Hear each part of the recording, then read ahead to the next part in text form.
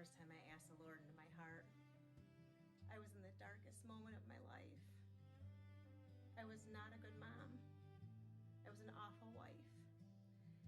And my oldest daughter had been in active use for almost 7 years.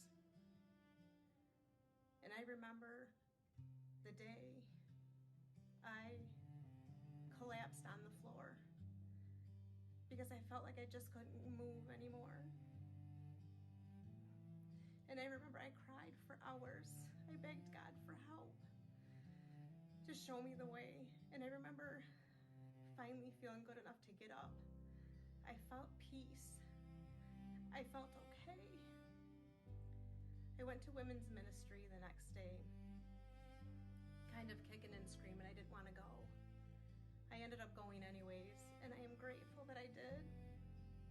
I was sitting in on one of the meetings, and there was somebody there that asked for a prayer request, and it kind of hit home with me.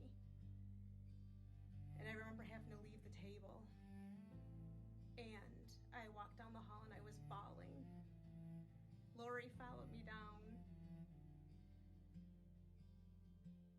and she asked, "Are you okay? What can I do? How can I help?" And I remember just thinking, something told me it's okay. I can tell her, I can trust her. Poor Lori, I dumped all of my problems on her, and she never even batted an eye. All she said to me is, "Can I pray with you?"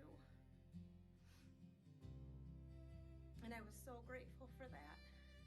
On Sunday, that next day, I went to church, and Pastor Christian had a sermon, blew it out of the water, one of the best sermons I've ever heard about laying it at God's feet.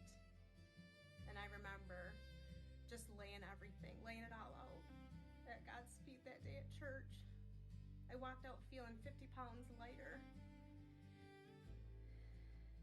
And about a week and a half later, I got a phone call from my daughter telling me she needed help. She thinks she needed rehab.